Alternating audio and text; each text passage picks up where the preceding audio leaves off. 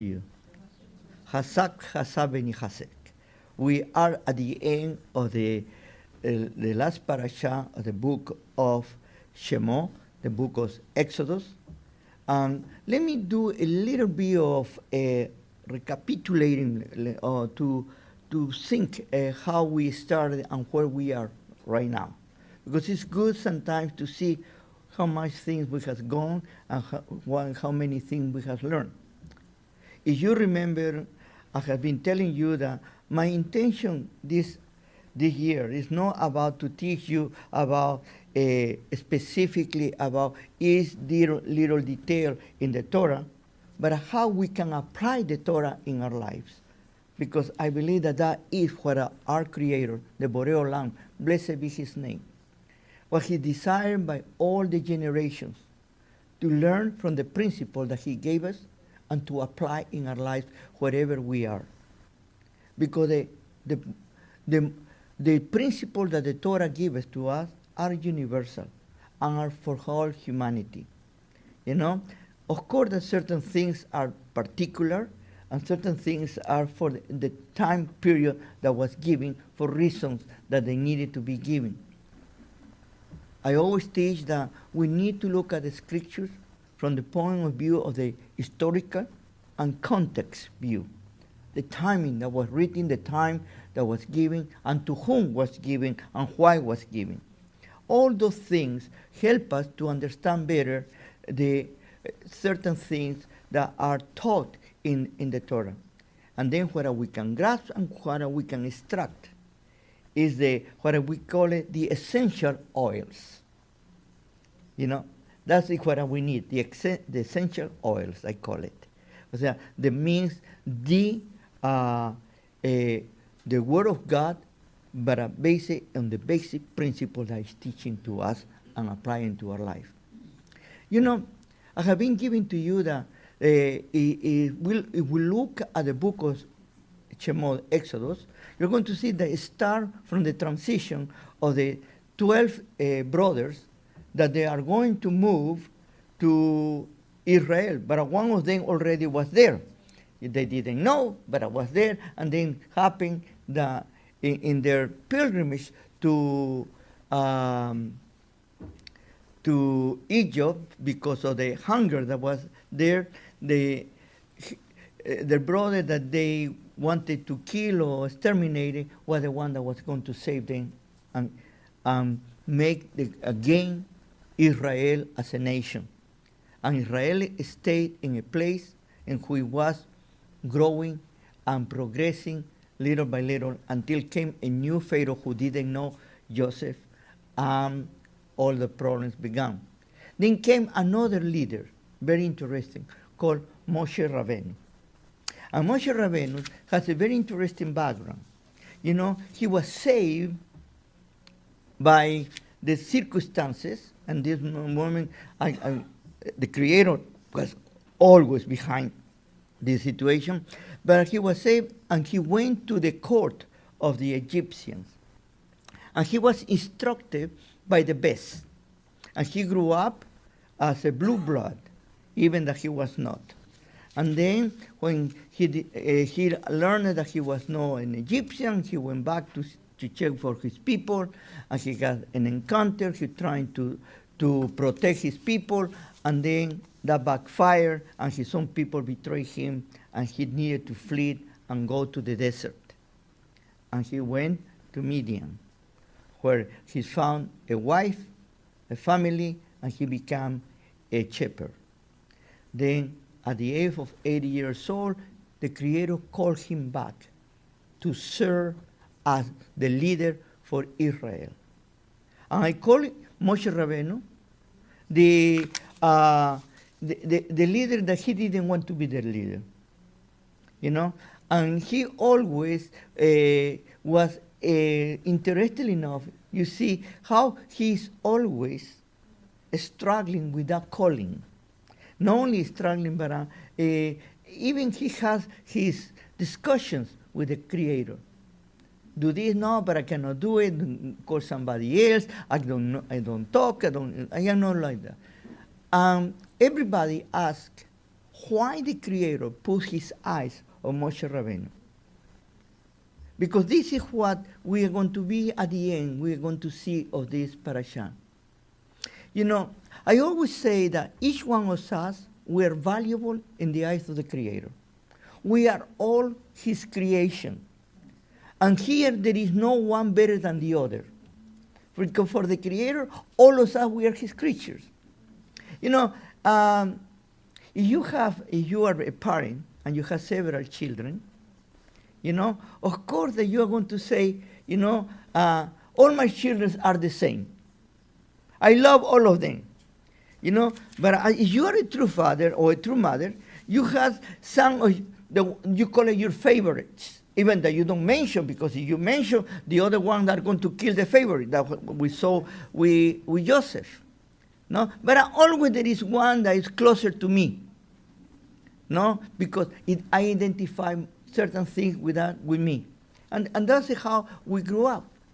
But it doesn't mean that that person or that child is better than the others. Only it is that there is certain favoritism or likeness. But in reality, in the whole family, everybody is co-equal. And the difference is, in each one of us has something to afford, to give, to bring. Moshe Rabbeinu has certain characteristics. And one of them that I honestly believe that was one of the major reasons why he was called. Many of the rabbis, they told him, because he was educated in the best of the best universities of the time, you know, and the best in the best empire with all the Egyptian knowledge and all the things that they have. He was educated how to lead. He was educated about to be a leader, you know.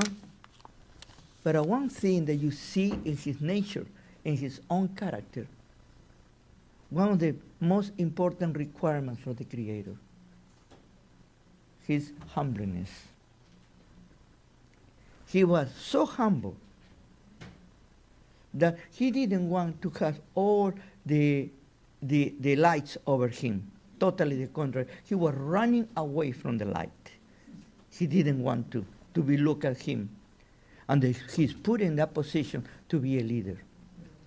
And that's the reason they call it the reluctant leader. But he was obedient. And this is one of the requirements for all of us, to be obedient. You know, and when we read the scriptures, sometimes there are certain things that we don't like it. But it doesn't mean that we can avoid it. No. Sometimes we need to do it. In this parasha, 7 times a phrase is repeated. And the Lord made them to do it, and they do it according to what Moshe told them to do it. There's always this phrase that they follow the directions of the Creator. And at the end, because of that, Moshe Rabbeinu is going to give thanks to the people for doing what they did with the mishkan, and to bless them. Now, we have a beginning on this book about a people that start climbing or crying out that they were being exploited, they will be oppressed. You don't see in any of their claims they mention the name of the Creator. It's very interesting. But they complain. They complain and they complain. That sounds very Jewish, no? We can complain. But when the Creator brings them, the question is, what I tell Moshe Rabbeinu say, what I tell is sending me? 8 years, 8 years. You know, and you say, you know, I am who I am, will be who I will, whatever. But they already knew what they were talking. What happened is, again, something that Danny has shared a little bit, they were charged with a lot of things on their heads, with a lot of ideas from this empire that was amazing. And for those years, the hundreds of years that have been there, several generations, little by little they were assimilating. Assimilation is very destructive because you become supposedly part of and you lose your own identity.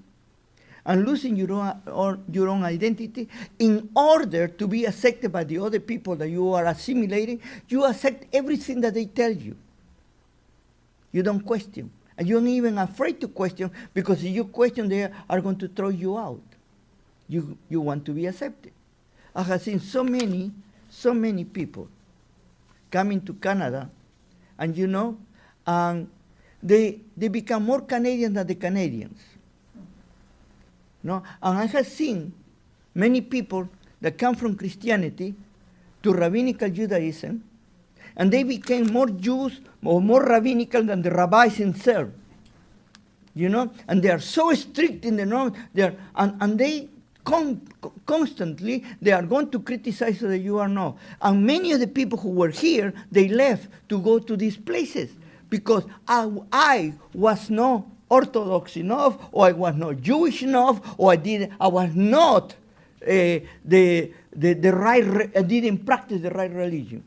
Right now, there are people that are living and going there, And to me, it's sad because they are looking to be accepted by men instead to be looking to be accepted by the Creator.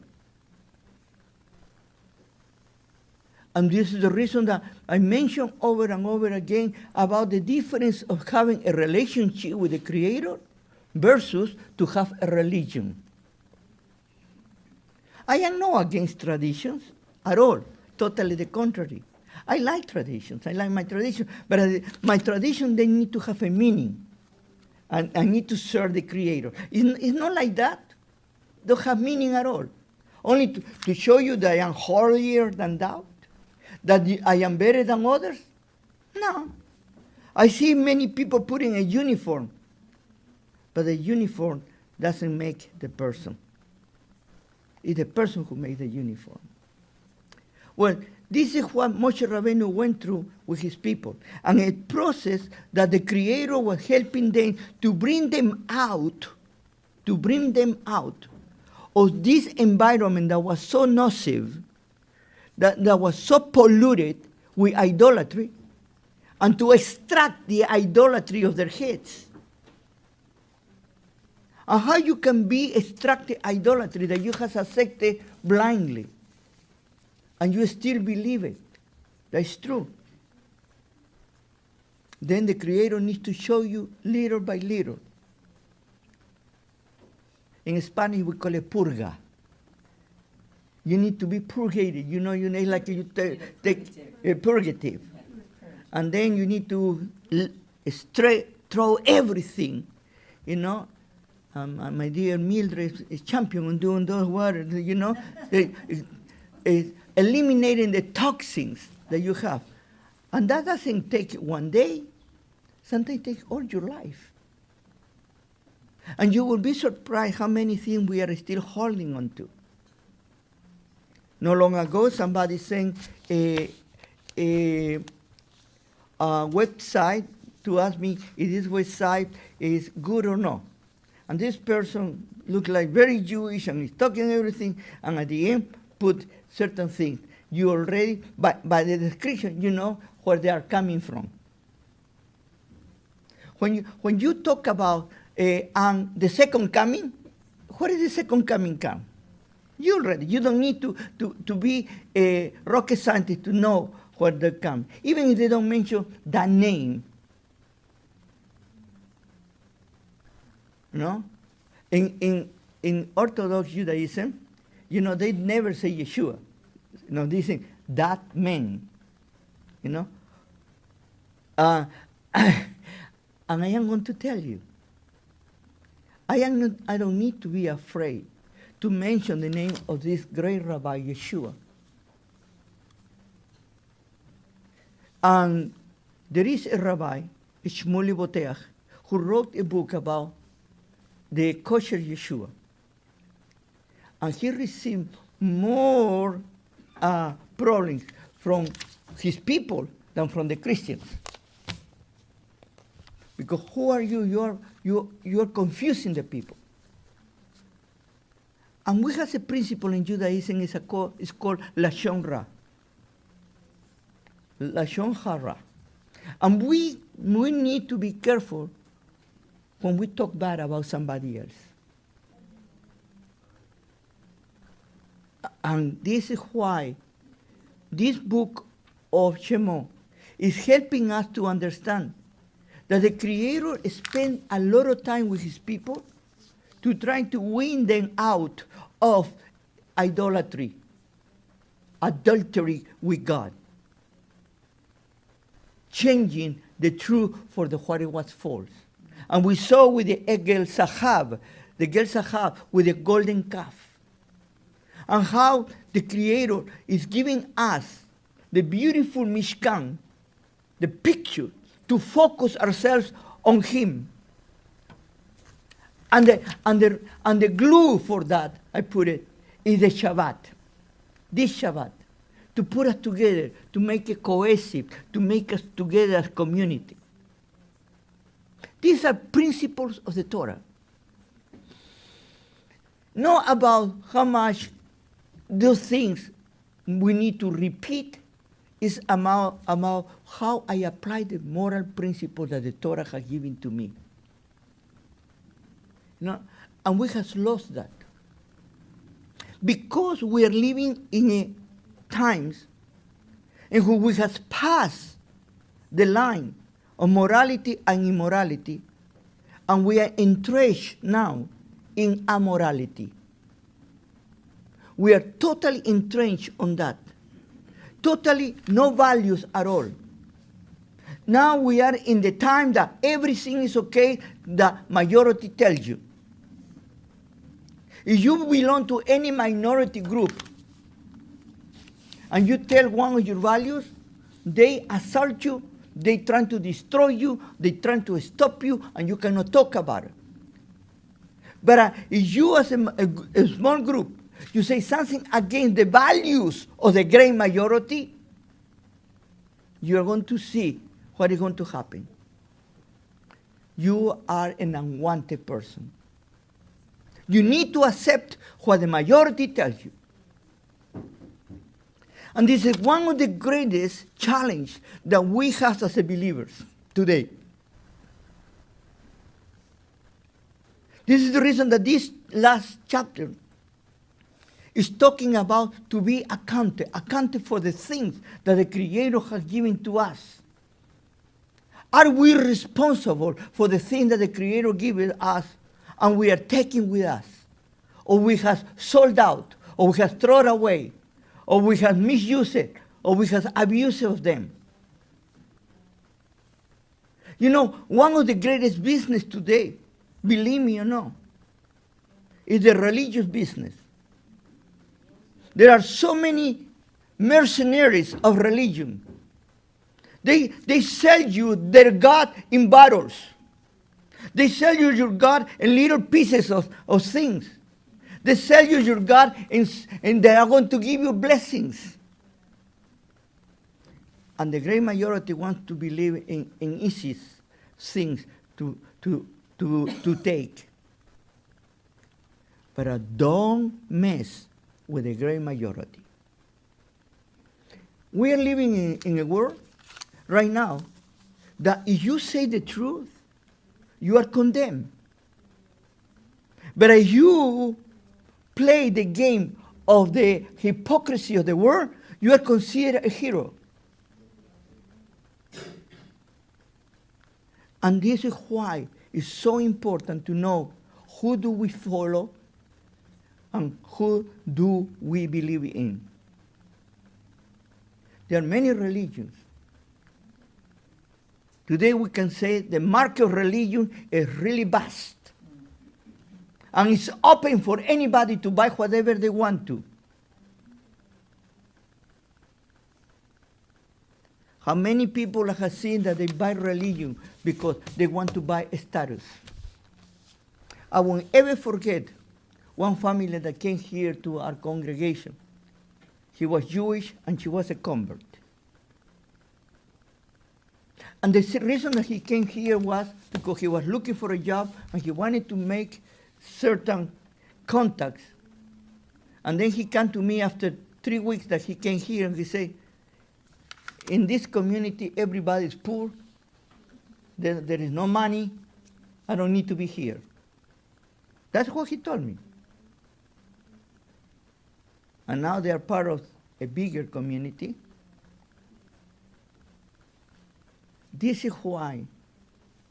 This is the religion, are people that are mercenaries. They don't care what to believe. They care what they can get. And Pekudei is totally the opposite. Moshe Rabbeinu, as the leader, is giving all these materials. And every material you're going to read here is accounted. From gold, from silver, from copper, everything is accounted. All the type of textiles, all the type of the different leathers or whatever we call it, skins, everything is accounted. They didn't take more. They didn't misuse it. Everything was unknown. Because they even told the people, don't bring any more, because we had exactly what we need. And then I say to bring the Torah to us, putting together all this book together. Our sages say that the Creator in the first instant was not wanted to make an Ohel Moed, a tent of meeting, or a mishkan, because he was going to be among his people all the time. But because of the Egel Sahab, the golden calf, he needed to make the mishkan as a covering of the sin of the people, and also as a focus point. In that way, they could constantly look at it, and not to look at the other side that they could mesmerize and lose perspective of the true God. Today, we don't have a mishkan. There are people that they would like to build the third temple, they call it. Like the temple is essential.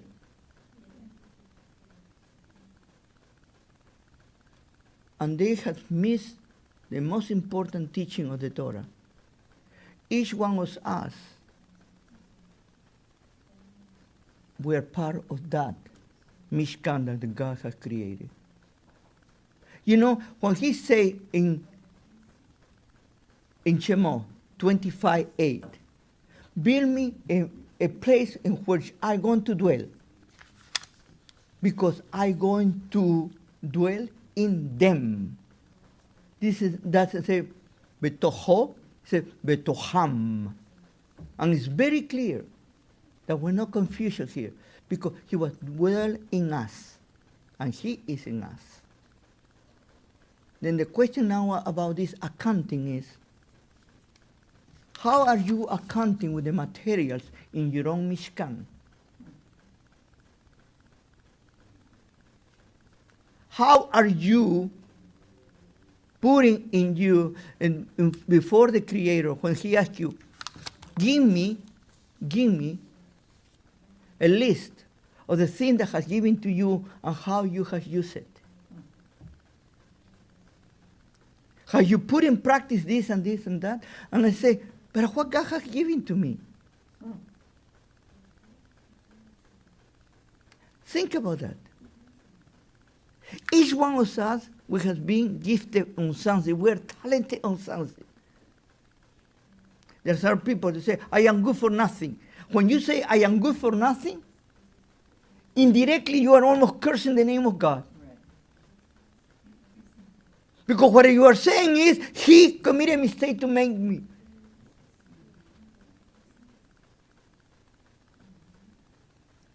Then, please tell me, what are the things that you are counted to do your own mishkan, that you have fulfilled, and you did according to what the Creator made? How would you, this phrase is repeated over and over again. And it says here, Kol asher siva Adonai et Moshe. Verse 22 and the other verses, 7 times I repeated this phrase. Kol asher siva. It is saying, and the Lord what ordained to Moshe to do, he did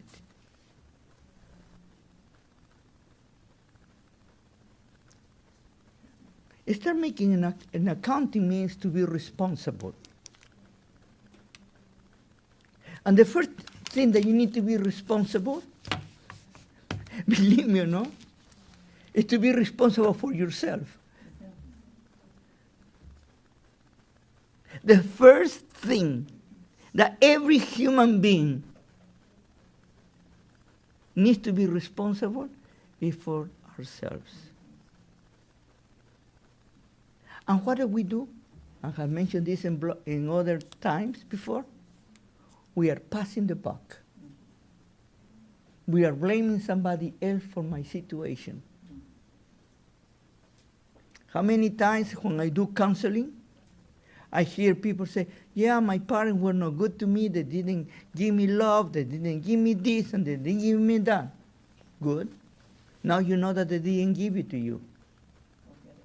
Go do something about it. How long are you going to blame your parents? No, that I was in a school and my teacher was not good and didn't teach me well. And didn't. Okay, now you can study again. Go learn it. No, that now I am too old and I don't have time. Don't have time for what? Go Google. You know, there's so many things that you can do today. You don't want to look for an excuse. We are the champions. There is nobody else more expert than ourselves to look for excuses. You know, many people say, oh, I don't know how to talk in public. But I know how to find excuses. I can say, I don't do this because, I don't do that because, you know, this is not for me, this is not for that, and all excuses.